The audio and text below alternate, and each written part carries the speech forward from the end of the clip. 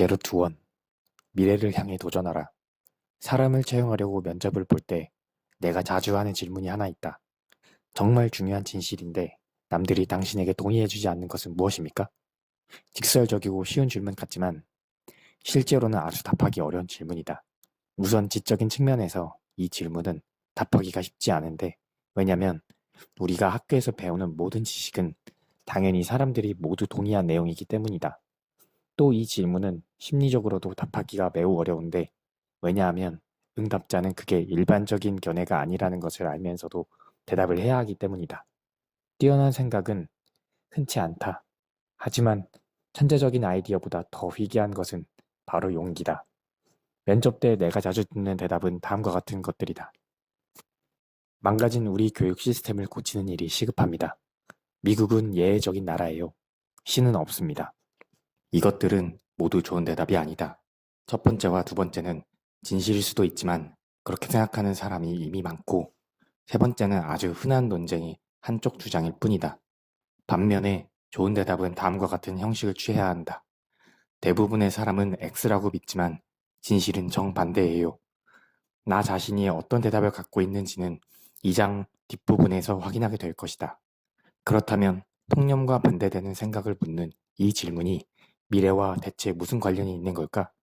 가장 좁은 의미로 말할 때 미래란 아직 오지 않은 순간들의 총합이다.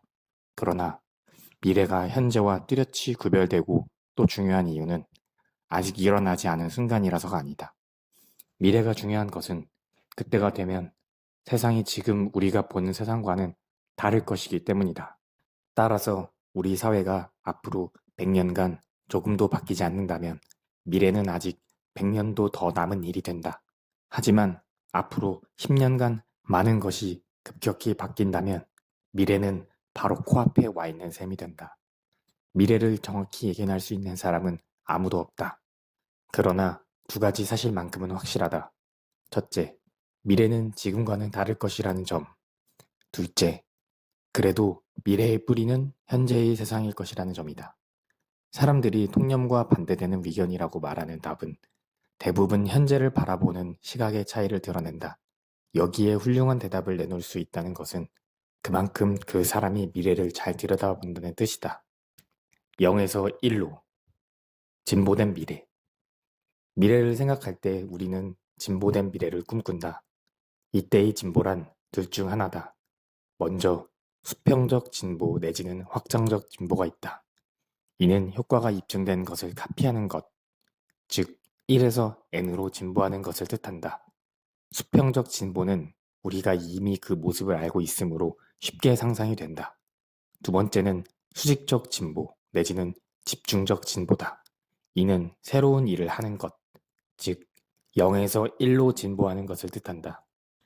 수직적 진보는 아무도 한 적 없는 일을 하는 것이기 때문에 쉽게 상상이 되지 않는다. 한 개의 타자기를 보고 100개의 타자기를 만들었다면 수평적 진보를 이룬 것이다. 한 개의 타자기를 본 다음 워드 프로세서를 만들었다면 수직적 진보다. 거시적 측면에서 수평적 진보를 한 단어로 표현하면 글로벌화가 된다. 글로벌화는 한 곳에서 성공한 것을 모든 곳에서 성공하게 만드는 것이다. 이런 글로벌화의 패러다임을 잘 보여주는 사례가 바로 중국이다. 중국의 20년 계획은 지금의 미국처럼 되는 것이다. 중국은 그동안 선진국에서 성공한 것이라면 무엇이든 가리지 않고 노골적으로 카피해왔다. 19세기의 철도 사업, 20세기의 에어컨은 물론이고 도시 하나를 통째로 카피하기도 했다. 카피하는 과정에서 몇 단계를 생략할 수 있겠지만 그래도 카피는 여전히 카피일 뿐이다. 한편 수직적 진보를 한 단어로 나타내면 기술이 된다. 최근 몇십 년간 빠르게 진보한 IT 기술 덕분에 실리콘밸리는 기술의 메카가 되었다. 하지만 기술이 반드시 컴퓨터 기술이어야 하는 것은 아니다. 말뜻을 제대로 이해한다면 새롭고 더 나은 방식으로 무언가를 가능하게 해주는 것은 모두가 기술이다. 글로벌화 기술은 서로 다른 형태의 진보이기 때문에 동시에 두 가지를 모두 달성할 수도 있고 어느 한 가지만 달성하거나 또는 그 어느 것도 달성하지 못할 수도 있다. 예컨대 1815년에서 1914년까지는 급격한 기술 발전과 글로벌화가 동시에 이루어진 시기였다. 제1차 세계대전부터 키신저가 중국을 방문한 1971년까지의 시기에는 기술은 빠르게 발전했지만 글로벌화는 많이 진행되지 않았다.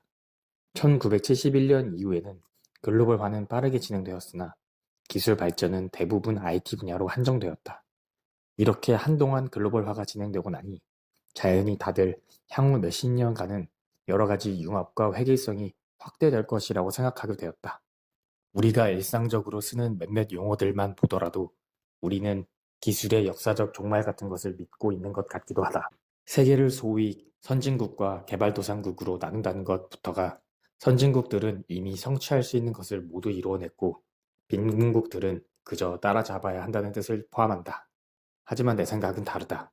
통념과 반대되는 위견에 관한 내 대답도 바로 이 부분에 관한 것이다.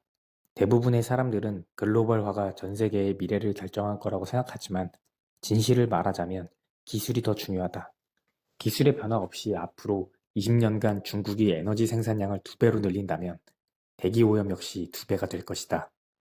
인도의 수억 가구가 지금의 미국인들과 똑같은 식으로 살겠다고 하면 환경적 재앙이 초래될 것이다. 불을 창출하려고 전 세계의 옛날 방식을 전파한다면 세상은 부유해지기는커녕 황폐화되고 말 것이다. 자원이 희소한 세상에서 새로운 기술 없이 글로벌화를 계속해 나갈 방법은 없다. 역사가 흐른다고 새로운 기술이 저절로 나타난 적은 없었다. 고대인들은 정적인 균형이 계속되는 제로섬 사회에 살았다. 그런 사회에서 성공이란 남의 것을 빼앗는 것이었다. 고대인들은 새로운 부의 원천을 거의 창출하지 못했고 장기적으로도 보통 사람들을 극도의 빈곤으로부터 구해낼 대책을 끝내 마련하지 못했다.